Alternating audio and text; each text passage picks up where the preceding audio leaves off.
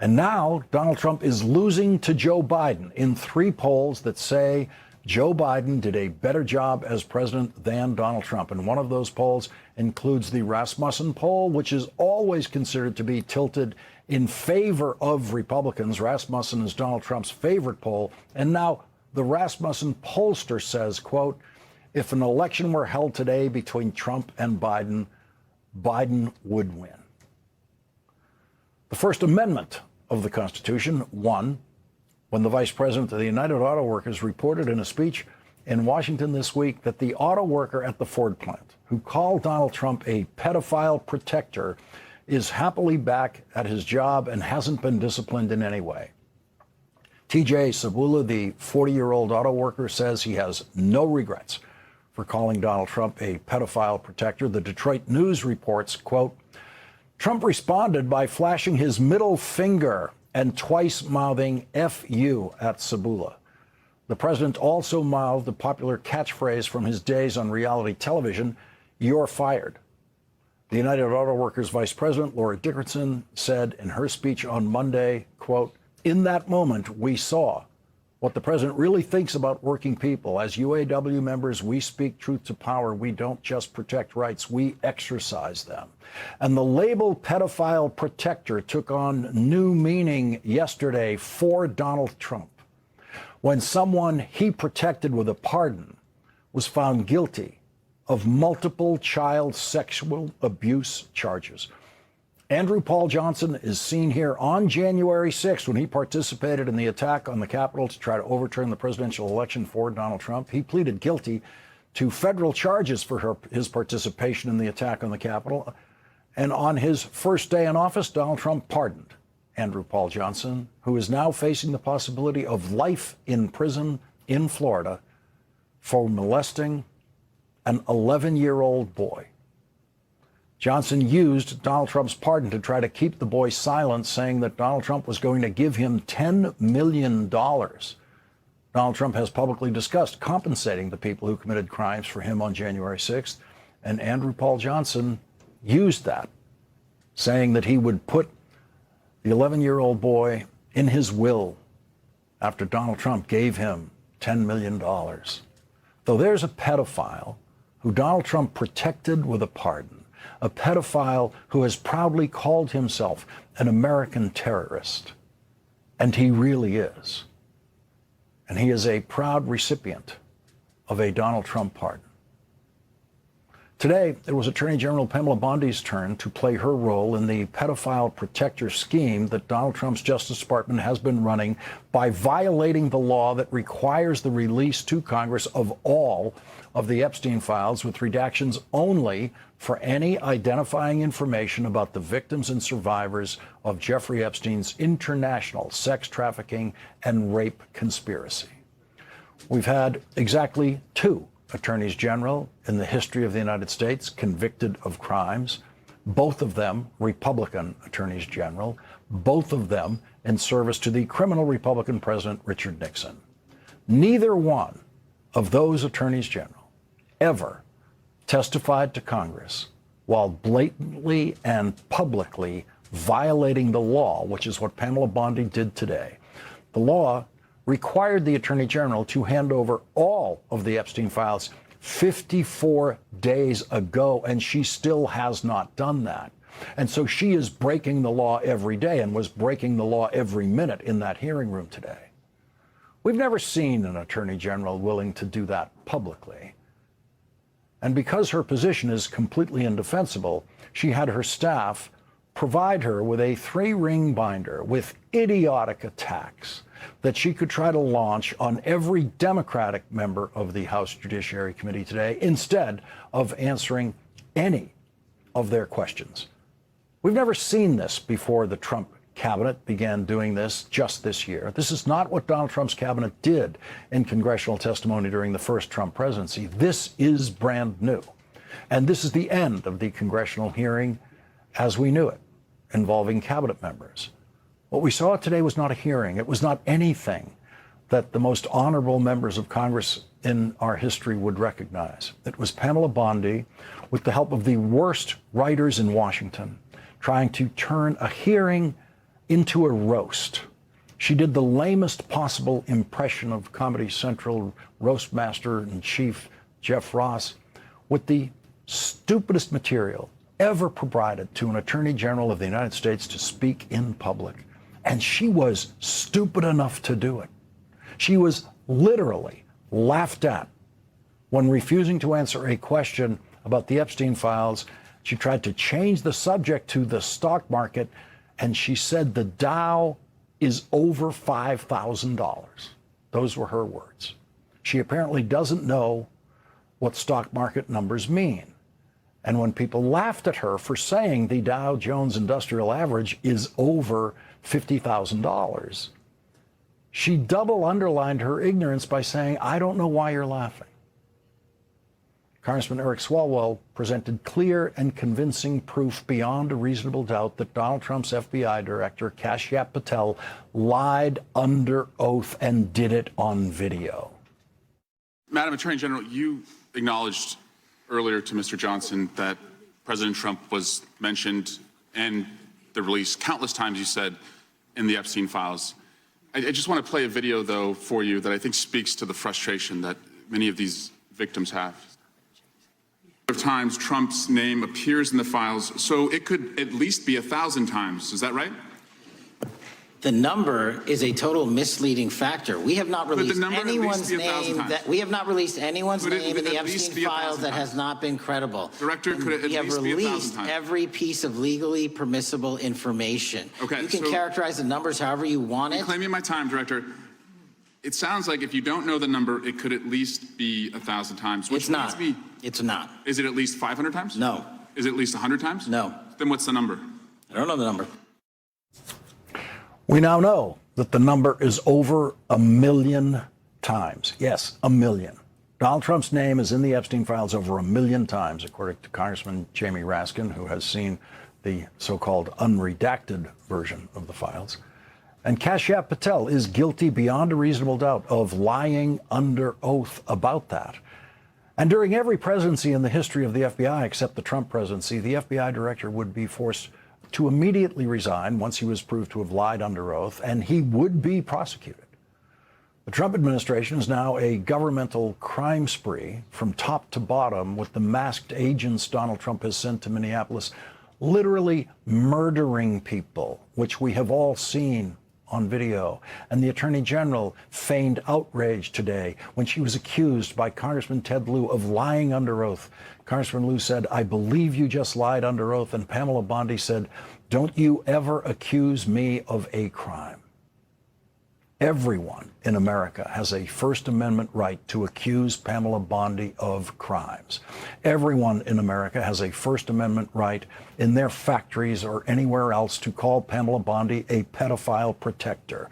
Everyone in America has every right to believe Pamela Bondi is doing everything she can to protect any and all possible pedophiles whose names appear in the Epstein files. Pamela Bondi refused to answer questions about why the names of men listed as co-conspirators of Jeffrey Epstein's in the Epstein files were redacted. Republican Thomas Massie asked her how that happened, and she simply refused to answer.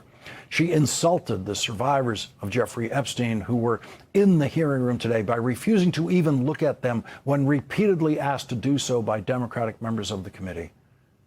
Congresswoman Pramila Jayapal asked Pamela Bondi, the human being, to apologize to the survivors for having failed to redact their personal information, including their names, while she made sure that the co-conspirators' names were redacted.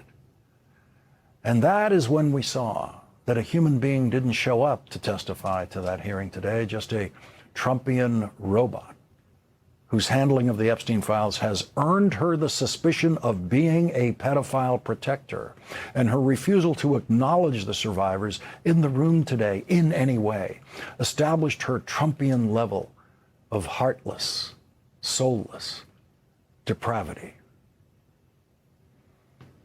9-year-old victims, wow. Yes, 9 years old. 9-year-old victims, wow. were the words of a Wyoming grandmother reacting to what she just learned about the Epstein files. That Wyoming grandmother is a Republican and a recipient of the Lifetime Achievement Award from the Washington Coal Club. She is also the junior senator from Wyoming. The Hill reports that Wyoming Senator Cynthia Lummis now says, "I see what the big deal is about, the Epstein files. 9-year-old victims. Wow. Well, initially my reaction to all this was, I don't care. I don't know what the big deal is. But now I see what the big deal is, and it was worth investigating. And the members of Congress that have been pushing this were not wrong." Here's Congressman Jamie Raskin after his first look at what were supposed to be the unredacted Epstein files this week. When you read through these files and you read about 15-year-old girls, 14-year-old girls, 10-year-old girls, I saw a mention of a 9-year-old girl today. I mean, this is just preposterous and scandalous. A 9-year-old girl.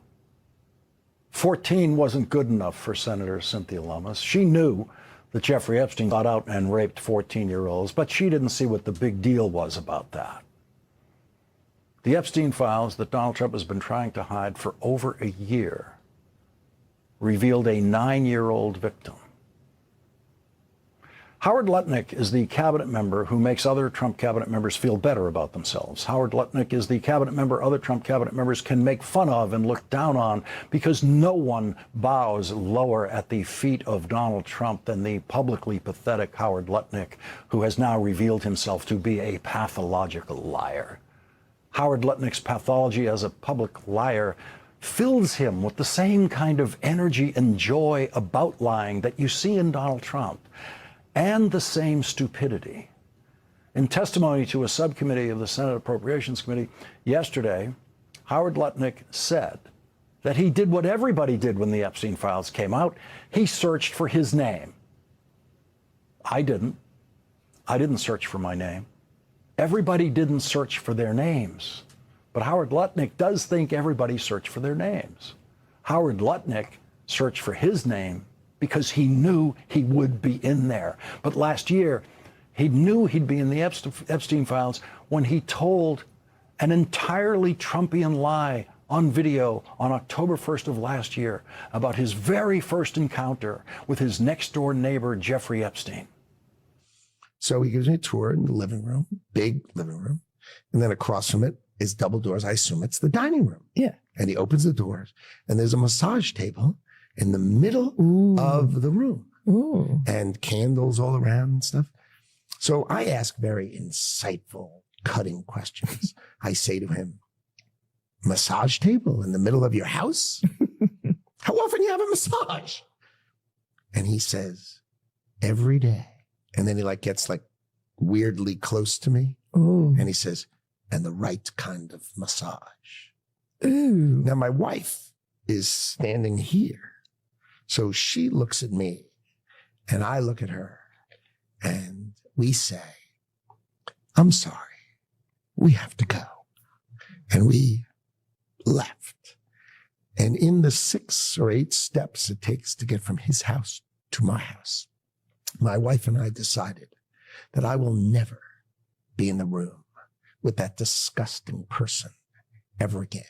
Oh, So yeah. I was never in the room with him socially, for business, or for even philanthropy. If that guy was there, I wasn't going because he's gross. Laughing his way through that story about his first and only encounter with Jeffrey Epstein, which was, of course, a lie.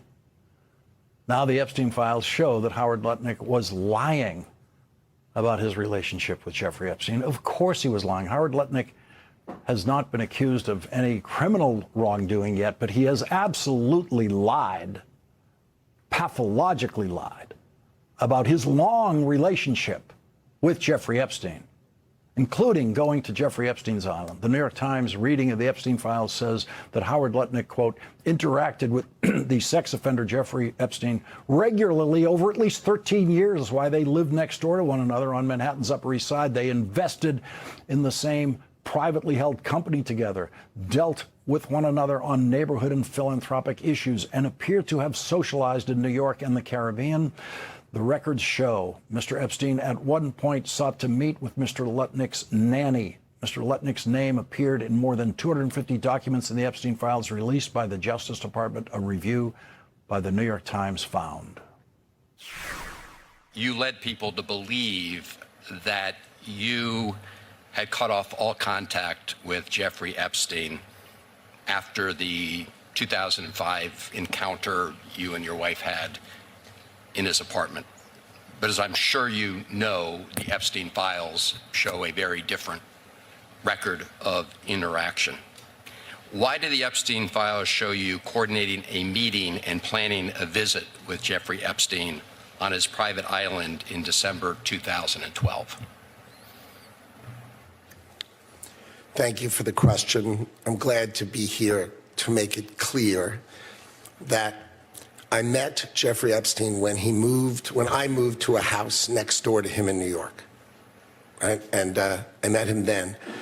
Over the next 14 years, I met him 2 other times that I can recall, 2 times, and that is none for 6 years. So 6 years later, I met him, and then a year and a half after that, I met him, and never again. Probably the total, and you've seen all of these documents, of these millions and millions of documents, there may be 10 emails connecting me with him, probably about 10 emails connecting me with him over a 14-year period. I did not have any relationship with him. I barely had anything to do with that person, okay? Okay, but the question was, why did you plan to visit with Jeffrey Epstein on his private island in December 2012? And Howard Lutnick did not answer that question. The thing about pathological liars is that when they get caught in their lie, they don't then immediately switch to the truth. Did you, in fact, make the visit to Jeffrey Epstein's private island? I did have lunch with him as I was on a boat going across on a family vacation.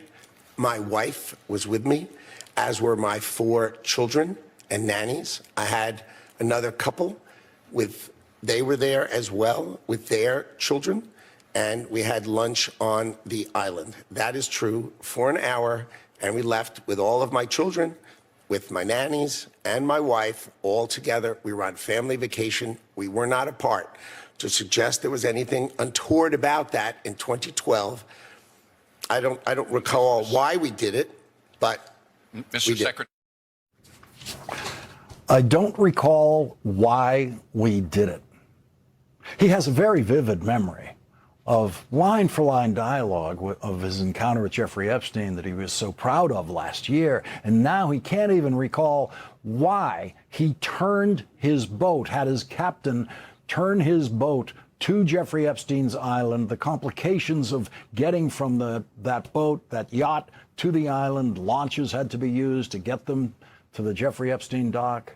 Can't remember any reason why he did all of that. Why did he bring his children to lunch with the man on his rape island, the man who Howard Lutnick said he found so gross? When you visited the private island, did you see anything inappropriate during that visit?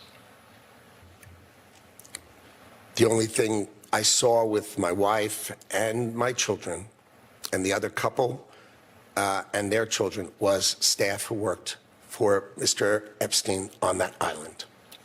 And you realize that, you know, this visit took place after he'd been convicted, right? I mean, you made a very big point of saying that you sensed that this was a bad person in 2005.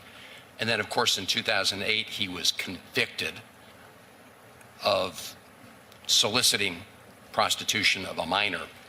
And yet you went and had this trip and other interactions. So after Jeffrey Epstein was convicted of sex crimes, Howard Lutnick decided to bring his children and their nannies to have lunch with Jeffrey Epstein on Epstein Island. Howard Lutnick knew exactly what he was looking for in the Epstein files. There was, look, I looked through the millions of documents for my name, just like everybody else. No, not like everybody else. Just the friends of Jeffrey Epstein, like the lying Lutnick. There's also a reference to the fact that Epstein had expressed an interest in meeting your nanny. Do you know whether Jeffrey Epstein ever met with your nanny? No, I saw that. I had no idea what that was about. It had nothing to do with me. No as far as interaction I at know. all with him on that? No, as far as I know, no. Would you, Mr. Secretary, be willing to ensure that the file is complete to share with this committee and the Congress your own records, any records you have that relate to Jeffrey Epstein? I will surely talk about that. I hadn't thought about that. I have nothing to hide. Absolutely nothing. Howard Lutnick does have something to hide, and he hid it in that testimony. He wouldn't even say why he went to the island. Howard Lutnick is not going to turn over any of his records relating to Jeffrey Epstein. He's going to hide those records.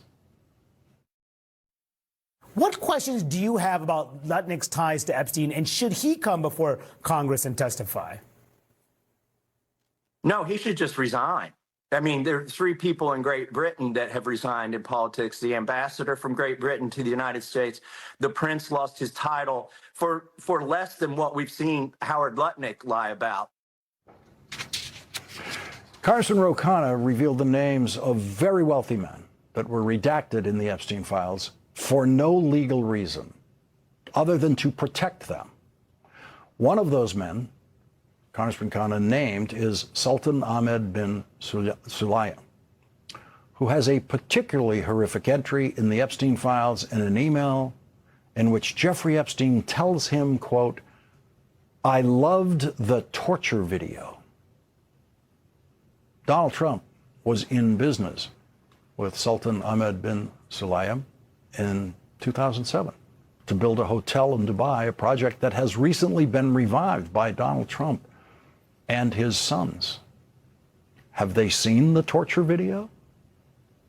An association with such a person would be impossible for anyone in the American government until Donald Trump came along and created what the dean of American conservative columnists, George Will, has called, quote, "a sickening moral slum of an administration."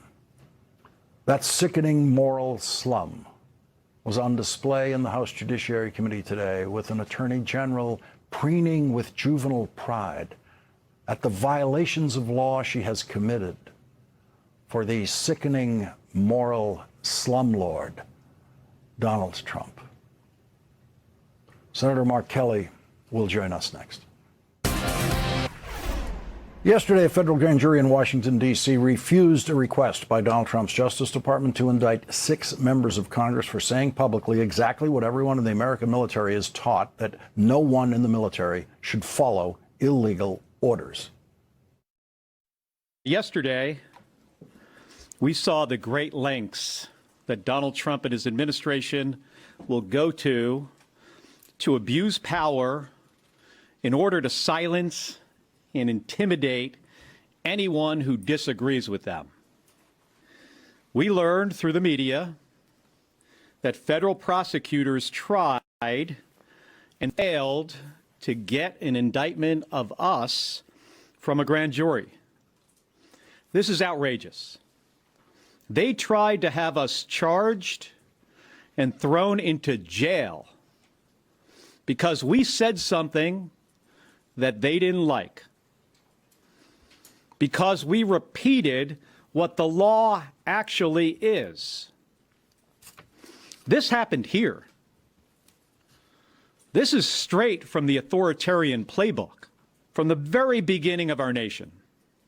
It has depended on the willingness of patriotic Americans to fight for it. Senator Slotkin and I, we did not ask for this. We're just the first through the breach. But you'll be damn sure that we are not going to back down. We've been in war zones for this country. We fought our country's enemies. This doesn't intimidate us. And we know that this is much bigger than the two of us. The most patriotic thing that any American can do right now is to continue exercising our rights, continue speaking truth to power, and not backing down. Joining us now is former astronaut, former Navy pilot, Senator Mark Kelly of Arizona, a member of the Senate Armed Services Committee and the Senate Intelligence Committee. Senator, where were you when you got the news, or you read this news that they tried to do this yesterday? What did you feel when you read that? Well, Lawrence, we had a little bit of a heads up. We, heard something was going to happen, that they might try to impanel a grand jury and try to indict us and send us to jail or prison. That's President and Pam Bondi and Jeanine Pirro's goal here. I was just pulling up in front of my place last night, and I was on the phone with my chief of staff when she got the word from our attorney that they tried to do this, but a handful, a couple dozen of U.S. citizens seem to understand the Constitution much better than anybody in this administration does, and refuse to indict us. Yeah, that's what was standing between Pamela Bondi and your indictment, is just citizens reporting for jury duty. Yeah, this time we'll see if they, keep pressing here. They've got a reputation. This president doesn't like to lose, though he seems to have made a habit of it lately, especially as he uses his justice system as a weapon against people that he disagrees with. Hey, Alyssa Slotkin and I and the 4 House members, we said something the president didn't like. He started out with hanging us. He wanted us hanged. Then he said executed. Now we're in the prosecutorial phase of this. I also have a case with the Navy. They're trying to demote me and take away some of my pension after 25 years. But like we said in that press conference today, this isn't about just the two of us. This is about 350 million Americans who this president will go after and try to silence if he doesn't like what comes out of their mouths. And this is wrong, and it's un-American. So, for that reason, we're in it to the end. Every news network has shown the video where you all say this, where you all tell us all and members of the military that they should not follow illegal orders. Many of us with programs like this have repeated multiple times what you actually said. And so in the theory of what they were doing yesterday, you could prosecute every one of these networks and every one of us who's presented this news. Yeah, I suppose, or all of my colleagues who have repeated it over and over again, or maybe even Pete Hegseth, the Secretary of Defense, who in 2016, when Donald Trump was running for office, and apparently 2016, Pete Hegseth didn't like some of the stuff that Donald Trump was saying, like killing the family members of terrorists, meaning women and children. That Pete Hegseth said exactly what we said. In the video, that members of the military are not going to follow and should not follow unlawful or illegal orders. So that guy seemed to get it. And obviously people understand that members of the military are trained on this. This just means follow the law. But Donald Trump and people around him don't like when somebody presents something that that he doesn't agree with. He thinks he should be allowed to do and give whatever order he wants because he's a wannabe dictator. Senator, it seems that you have left a marker here for historians of just how far Donald Trump is willing to go in abusing the Constitution against anyone. Senator Mark Kelly, thank you very much for joining us tonight. Thank you for having me on, Lawrence. Thank you. Andrew Weissman will join us next.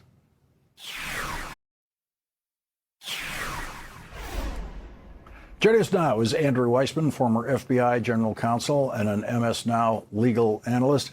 And Andrew, we are seeing two things that were inconceivable in your career in the Justice Department: an attorney general going to a Judiciary Committee hearing and trying to turn it into a scene of Trumpian chaos filled with juvenile insults, and at the same time ripping up the Constitution to charge 6 members of Congress with a crime for simply reciting the law.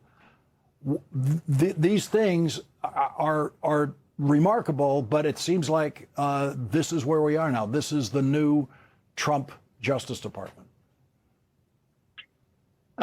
Yes, and I think it even goes further than that, and it's hard to imagine. So one of the things I noticed in connection with her testimony today is that she seemed to pretty ostentatiously show notes that were handed to her by a staffer that indicated that the Department of Justice was monitoring what the members of Congress were looking at when they were allowed to see the at least partially unredacted Epstein files. And she had a list of what one of the members of Congress had actually looked at. So clearly sending a message to people that they have their eyes on them. And this is the same people who were upset that Jack Smith got a court order to look at near telephone records. So that's what they're saying. If you come see the Epstein files, we're going to look and monitor what you're doing. With connection with the interview you just had, I want to make sure people understand this is not just denigrating Senator McCain and his legacy. This is not just shouting in 2016, lock her up. This is actually pure authoritarianism. This is trying to go after, for a non-crime, your political adversaries. Not only did they not commit a crime, their activities are protected by the First Amendment of the Constitution. If this is, I mean, for people who are thinking, oh, this is hyperbole, we're not where we are, this is straight out of an authoritarian playbook. But for the grand jurors, that is exactly where we are. Well, what about that grand jury? Is that the end of it? No, unfortunately, it is not. You are allowed to go to other grand juries and keep doing this. How do we know that? One, it's the law. And two, we know that this administration has done that. They did that with Letitia James. Quite notably, it did not work because the reports are that not just one, but 2 separate grand jurors had said, no, we are not going to indict her. So that is what it's come to. That tells you the kind of lackeys that we have in the Justice Department who are willing to violate their oaths of office. And here, just remember, it is people where there's not only no crime, it is First Amendment protected activity by people who served this country and put their lives on the line for us, who are now they try to indict these political adversaries for simply speaking the truth as is their constitutional right. And when the Democrats control the House of Representatives a year from now, they will have the power to subpoena testimony about this from inside the Justice Department. The next Democratic Attorney General, possibly 3 years from now, will be able to go in and study everything that they have done in trying to bring this prosecution. And Jason Crow, one of the congressmen they were trying to indict, has lawyers telling the Justice Department, we will come after you for what you've done. Yes, that is something that could happen in terms of if the midterms result in one or both of the houses switching, there will be those efforts. I would remind people that during the first Trump administration, there was enormous contempt for the powers of Congress and simply not responding to those subpoenas. And so I expect that will go on. Again, just to be clear, that itself is a separate crime. So if the presidency changes, there can be obviously a lot more that's done in that regard. But I think it's going to take that. And then we also have to worry about whether they will destroy documents or use signal or other means to make it very, very hard to follow the evidence here. But certainly, I think one of the lessons I have learned is you can't just say, oh, let's let bygones be bygones and look forward. If there are serious crimes, you have to take actions to have a deterrent effect going forward. Andrew Weissman, thank you very much for joining us tonight. You're welcome. And coming up, breaking news of the night, the House of Representatives voted against Donald Trump's tariffs tonight, with Republicans joining Democrats in a crushing vote for Donald Trump. That's next.